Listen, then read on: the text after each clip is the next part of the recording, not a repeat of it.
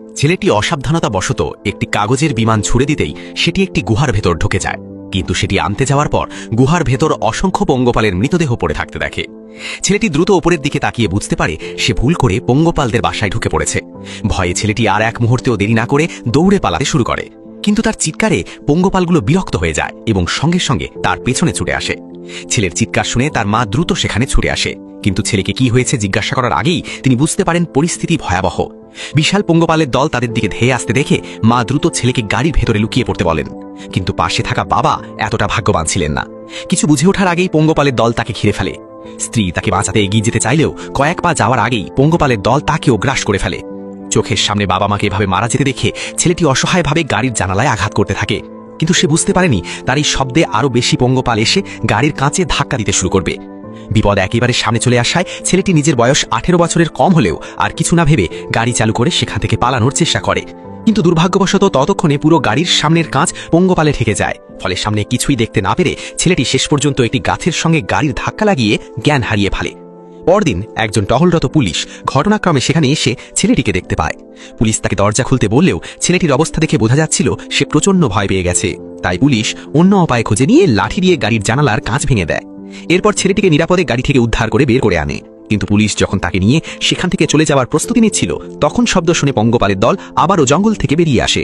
পরিস্থিতি দেখে পুলিশ এক মুহূর্তেও দেরি না করে গাড়িতে উঠে দ্রুত ইঞ্জিন চালু করে দেয়। চোখের পলকেই পঙ্গপালের দল পুরো গাড়িটিকে চারদিক থেকে ঘিরে ফেলে, কিন্তু পুলিশ জানত যত দ্রুত সম্ভব সেখান থেকে পালাতে না পারলে পরিস্থিতি আরও ভয়াবহ হয়ে উঠবে। তাই ছেলেটিকে গাড়িতে তুলে পুলিশ কোনো কিছুর পরোয়া না করে দ্রুত সেখান থেকে বেরিয়ে যায়। আশ্চর্যের বিষয়, পঙ্গপালগুলো তাদের পিছু নেওয়ার বদলে হঠাৎ দিক পরিবর্তন করে অন্য দিকে চলে যায় এবং কাছের একটি গ্রামের দিকে বিশাল দল নিয়ে অভিবাসন শুরু করে। এদিকে পুলিশও শেষ পর্যন্ত ছেলেটিকে নিরাপদে হাসপাতালে পৌঁছে দেয়। ডাক্তাররা যখন ছেলেটির চিকিৎসা করছিলেন তখন পুলিশ দ্রুত পঙ্গপাল বিশেষজ্ঞ জিয়াংকে সঙ্গে নিয়ে নিজের গাড়ির কাছে যায় এবং সেখানে ঘটে যাওয়া পুরো ঘটনাটি তাকে বিস্তারিতভাবে জানায়। প্রথমে জিয়াং পুলিশের কথা পুরোপুরি বিশ্বাস করতে পারেনি, কিন্তু কিছুক্ষণ পর গাড়ির সামনের অংশে লেগে থাকা আঠালো তরলের মধ্যে সে একটি মৃত পঙ্গপালের দেহ খুঁজে পায়। পঙ্গপালের দুর্বলতা খুঁজে বের করার জন্য জিয়াং সঙ্গে সঙ্গে গবেষণাগারের কর্মীদের কাছে চলে যায়। ল্যাবে ঢুকেই সে কোনো সময় নষ্ট না করে মৃত পঙ্গপালের দেহটি একটি পাত্রে রাখে এবং চিমটি ও অন্যান্য সরঞ্জাম নিয়ে সেটির দেহ পরীক্ষা করতে শুরু করে। বিস্তারিত পরীক্ষা নিরীক্ষার পর জিয়াং জানতে পারে এটি আসলে একটি পূর্ণবয়স্ক পঙ্গপাল নয়, মাত্র একটি অপরিণত পঙ্গপাল। বিষয়টি জেনেই সে অবাক হয়ে যায়, কারণ এটি যদি বড় হয়ে পূর্ণবয়স্ক পঙ্গপালে পরিণত হয় তাহলে এর পরিণতি কতটা ভয়াবহ হবে তা কল্পনাও করা যায় না। ভয়ে জিয়াং দ্রুত ল্যাব থেকে বেরিয়ে দীর্ঘ সময় ধরে অপেক্ষা করা সহকারীকে ডেকে সরকারকে এই ঘটনার সতর্কতার সর্বোচ্চ পর্যায়ে নেওয়া নির্দেশ দিতে বলে। তবে এক নারী মনে করেন শীতকাল চলে এলেই পঙ্গপালগুলো এমনিতেই মারা যাবে। অন্যদিকে জিয়াং অবিশ্বাসের সঙ্গে ভাবতে থাকে এত বিশাল আকৃতির পঙ্গপাল কিভাবে শুধু অপরিণত অবস্থায় থাকতে পারে, তাহলে পূর্ণবয়স্ক হলে এগুলোর আকার কতটা ভয়ঙ্কর হবে তা কল্পনা করাও কঠিন। এই কারণেই জিয়াং আরও বেশি নিশ্চিত হয় যে এই পঙ্গপালগুলোর মধ্যে কোনো ধরনের অস্বাভাবিক পরিবর্তন ঘটেছে। আর সবচেয়ে ভয়ঙ্কর বিষয় হলো পঙ্গপালগুলো তখনও দ্রুত বংশ বিস্তার করে চলেছে। তাই পরদিন সকালেই জিয়াং একদল পুলিশকে সঙ্গে নিয়ে সেই ঘন জঙ্গলের দিকে রওনা দেয় যেদিক দিয়ে ছেলেটি আগে পালিয়ে এসেছিল। কিছুক্ষণের মধ্যেই সবাই সেই গুহার কাছে পৌঁছে যায়। সেখানে চারদিকে অসংখ্য পঙ্গপালের মৃতদেহ পড়ে থাকলেও আশ্চর্যের বিষয়ে একটি জীবিত পঙ্গপালও দেখা যাচ্ছিল না। সবাই ধীরে ধীরে গুহার আরো গভীরে এগিয়ে যেতে থাকলে জিয়াং হঠাৎ কিছু একটা বুঝতে পারে। সে যেদিকে তাকিয়ে আছে সবাই সেই দিকে তাকিয়ে দেখে গুহার ছাদ জুড়ে হাজার হাজার পঙ্গপাল গা ঘেঁষে ঘেঁষে বসে আছে এবং তারা ডানা ভাঁজ যাচ্ছে যেন পরের মোহকেই আক্রমণ করতে পারে। এমন ভয়ঙ্কর দৃশ্য দেখে সবাই ভয় নিঃশ্বাস পর্যন্ত আটকে রাখে, কারণ সামান্য শব্দ হলেই পরিস্থিতি নিয়ন্ত্রণের বাইরে চলে যেতে পারে। জিয়াং কোনো ঝুঁকি না নিয়ে সবাইকে পা টিপে টিপে তার পেছনে আসতে বলে, কিন্তু কিছু দূর এগোতেই তারা এর চেয়েও ভয়ঙ্কর একটি দৃশ্য দেখতে পায়। গুহার মাঝখানে অসংখ্য পঙ্গপালের ডিম ঝুলে রাখতে দেখা যাচ্ছে। এগুলো যদি সবগুলো একসঙ্গে ফুটে বেরোয় তাহলে মানুষ কোনোভাবেই তাদের সঙ্গে মোকাবিলা করতে পারবে না। আরও ভয়ঙ্কর বিষয় হলো বাসার আশেপাশে প্রচুর পঙ্গপাল পাহারা দিচ্ছিল, তাই তারা সামান্য ভুল করলেই মুহূর্তের মধ্যে পুরো দলটি তাদের ওপর ঝাঁপিয়ে পড়বে। কিন্তু এভাবে তাদের কিছু না করে ছেড়ে দিলেও ভবিষ্যতে আরো বড় বিপদ তৈরি হবে। অনেক চিন্তা করার পর জিয়াং প্রথমে কিছু নমুনা সংগ্রহ করার সিদ্ধান্ত নেয়, যাতে সেগুলো বিস্তারিতভাবে পরীক্ষা করে পঙ্গপাল ধ্বংস করার কোনো কার্যকর উপায় খুঁজে বের করা যায়। এরপর গুহা থেকে বেরিয়ে আসার সময় সে পঙ্গপালগুলো ধ্বংস করার নির্দেশ দেয়। সঙ্গে সঙ্গে সবাই অক্সিজেন মাস্ক পরে গুহার ভেতরে প্রচুর পরিমাণে কীটনাশক ছিটাতে শুরু করে। সবাই ভেবেছিল এতে পঙ্গপালগুলো মারা যাবে, কিন্তু পরের মুহূর্তেই এক নারী অবাক হয়ে দেখতে পায় একটি পঙ্গপাল মাটিতে পড়ে থাকা কীটনাশকের অবশিষ্ট তরল চুষে যাচ্ছে। কর্তার কথা শুনে ঊর্ধ্বতন কর্মকর্তা দ্রুত সবাইকে সেখান থেকে ফিরে আসার নির্দেশ দেন, কিন্তু জিয়াং পরিস্থিতি দেখে তাদের থামাতে চাইলেও সৈন্যরা এত দ্রুত কাজ করছিল যে চোখের পলকেই তারা আগুন ছড়ার অস্ত্র বের করে পঙ্গপালের ডিমগুলো পুড়িয়ে দিতে শুরু করে। তারা বুঝতেই পারেনি এই কাজটি পঙ্গপালের বিশাল দলকে ভয়ঙ্করভাবে ক্ষিপ্ত করে তুলবে এবং এর জন্য মানুষকে খুব বড় মূল্য দিতে হবে। মানুষজন গুহা থেকে বেরিয়ে আসার পরপরই অসংখ্য পঙ্গপাল একসঙ্গে বেরিয়ে এসে তাদের উপর ঝাঁপিয়ে পড়ে। সৈন্যরা বাধ্য হয়ে আগুন ছোড়ার অস্ত্র দিয়ে তাদের প্রতিরোধ করার চেষ্টা করে, কিন্তু পঙ্গপালের সংখ্যা এত বেশি ছিল যে কিছুক্ষণের মধ্যেই মানুষ পরাজিত হয়ে তাদের আক্রমণের শিকার হতে থাকে। এরপর পঙ্গপালের দলটি সেখান থেকে সরে গিয়ে অল্প সময়ের মধ্যেই একটি বিনোদন পার্কে পৌঁছে যায় এবং সেখানে থাকা দর্শকদের ওপর সরাসরি আক্রমণ চালায়। মানুষ কিছু বুঝে ওঠার আগেই পঙ্গপালগুলো তাদের শরীর কামড়ে ক্ষতবিক্ষত করে ফেলে এবং অনেকেই ঘটনাস্থলেই প্রাণ হারায়। এক মেয়ে তার বাবাকে দ্রুত পালিয়ে যেতে বললেও পঙ্গপালের দল তার আগেই তাকে ঘিরে ফেলে।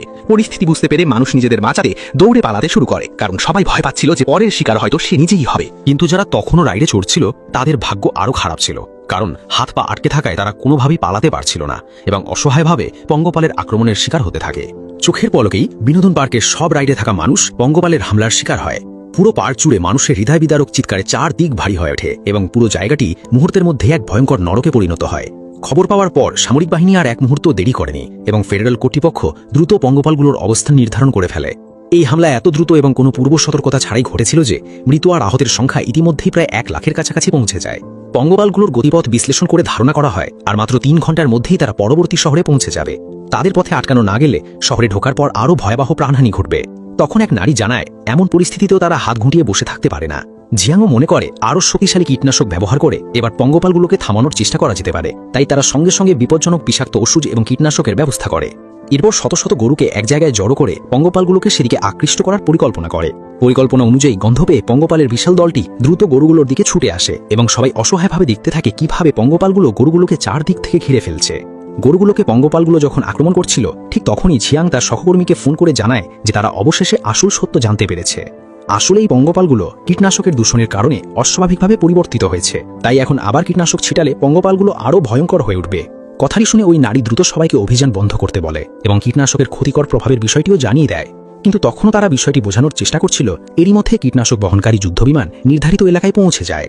জিয়াংয়ের বাধা সত্ত্বেও বিমানটি মাটিতে কীটনাশক ছিটিয়ে দেয়। এতে পঙ্গপালগুলোর সঙ্গে সঙ্গে বিমানটির উপস্থিতি টের পেয়ে সেটির দিকে আক্রমণ শুরু করে। সবাই আতঙ্কে নিরাপদ আশ্রয় খুঁজতে ছুটে যায় এবং বিমানটি বিধ্বস্ত হওয়ার পর ওই নারী বুঝতে পারে এখন আর কোনো সাধারণ উপায়েই পঙ্গপালের এই বিশাল দলকে থামানো সম্ভব নয়। শহরকে পঙ্গপালের দখল থেকে রক্ষা করতে সরকার শেষ পর্যন্ত হাজার হাজার সশস্ত্র সেনা মোতায়েন করে এবং যে কোনো মূল্যে সেখানে পঙ্গপালগুলোকে ধ্বংস করার সিদ্ধান্ত নেয়।